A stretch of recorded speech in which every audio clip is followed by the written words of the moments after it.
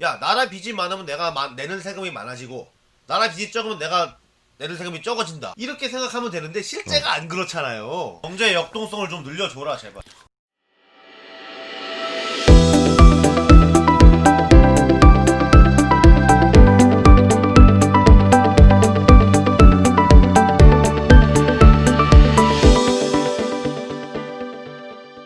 그러니까 정부채가 있고 정부채 안에는 국채하고 공공 쪽이 지방채. 있는 거잖아요. 그렇죠. 근데 근데 우리나라는 사실 공공채는 거의 없다고 얘기하던데. 아니. 아니야, 지방채가 없고 지방채.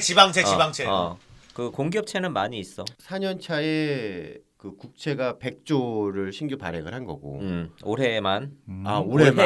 올해에만. 아. 그다음에 공공 부분이 40조? 40조. 두 개 합치면 160조가 됐었거든. 그다음에 이제 그 금융채가 이제 공공기관도 그 금융과 비금융으로 나눠지는데 비금융에서 40조. 그다음에 금융 쪽까지 그러니까 산업은행이든 뭐 걔네들까지 하면은 이제 플러스 20조에서 60조. 그래서 160조. 그렇죠?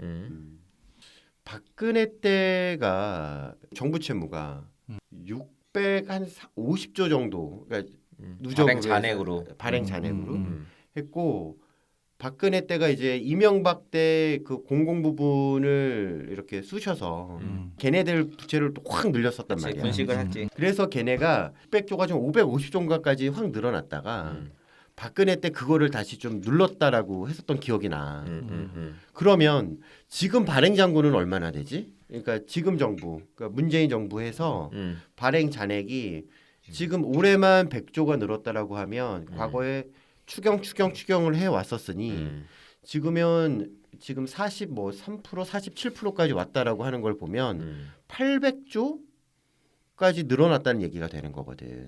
그러면 이 정부 들어와서 못해도 200조 이상을 정부가 국채로만 늘렸다는 얘기가 되는 거거든. 지금 국채하고 지방채 발행 잔액으로 보면 이건 8월 말 기준이거든. 820조. 그렇지. 그 정도 된다는 얘기야. 그다음에 통화증권이 167조, 비금융 공기업이 353조. 그다음에 금융 공기업이 344조. 그리고 걔네가 이제 거의 700조가 되는 거잖아. 그치, 두 개를 합치면. 그러니까 이게 많이 늘었어.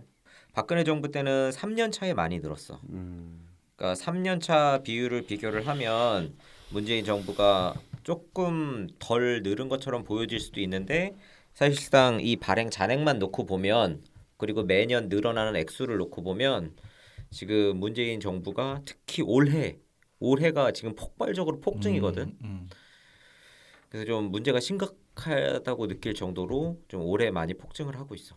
근데 이제 정부 측 입장은 뭐냐면 일시적인 채무 증가를 감내하더라도 코로나 위기를 조기에 극복하고 경제 역동성을 회복하는 것이 미래 세대의 부담을 줄이는 최적의 대안이라고 오히려 강변을 지금 하더라고요. 그래 제발 좀 그렇게 해라. 좀 경제의 역동성을 좀 늘려줘라 제발. 그런데 여기서 기사에서나 기획재정부 얘기는 또 국가 채무라고 하지만 사실상 정부 부분 빚이잖아요, 이게.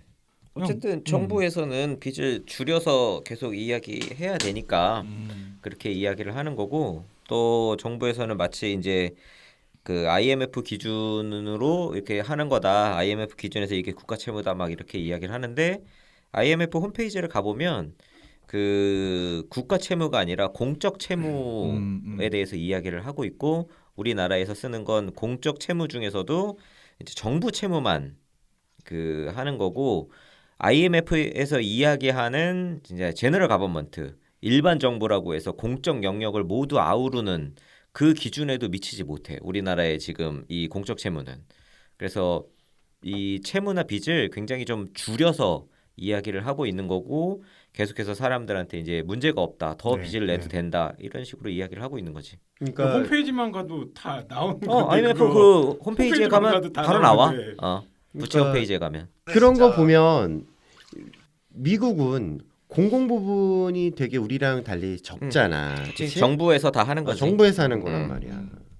그렇다고 보면 미국이 엄청 많아 보이지만 걔네는 오히려 공공 부문에 대한 것들이 우리보다 되게 적기 때문에 어찌 보면 우리보다 적어 보일 수도 있다라는 거야. 근데 우리는 그러니까 그게 이제 분식이란 얘기지.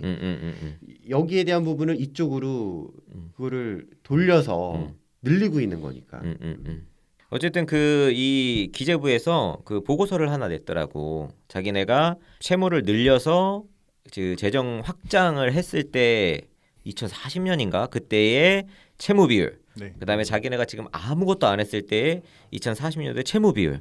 그리고 뭐 그 중간 정도 이렇게 대응을 했을 때 채무 비율 해서 이렇게 적극적으로 재정 확대를 해서 무언가 이제 성장 동력을 이렇게 발굴을 해야 육성을 해야 2040년에 채무 비율이 오히려 줄어든다. 이렇게 보고서를 써놨더라고. 재정 효과를 계산한 거네 그러면. 아, 그치. 그러니까 가정을 해놓은 거지. 이렇게 해서 늘리겠다가 아니라 이렇게 하면 이렇게 될 거니까 2040년도에 지금 빚을 늘리는 게 오히려 2040년도에 채무 비율을 줄이는 효과가 있다. 아 오히려 싸게 먹다. 잘하면 그럴 수 있지. 그래 이론상으로 그래. 그리고 원래 내 말대로 대학을 폐지하고 교육을 개혁하고 재정 투입을 내일 하는 2040 이유가 년에 그거거든. 글로벌 경쟁력을 확보하면 그게 되는 거지.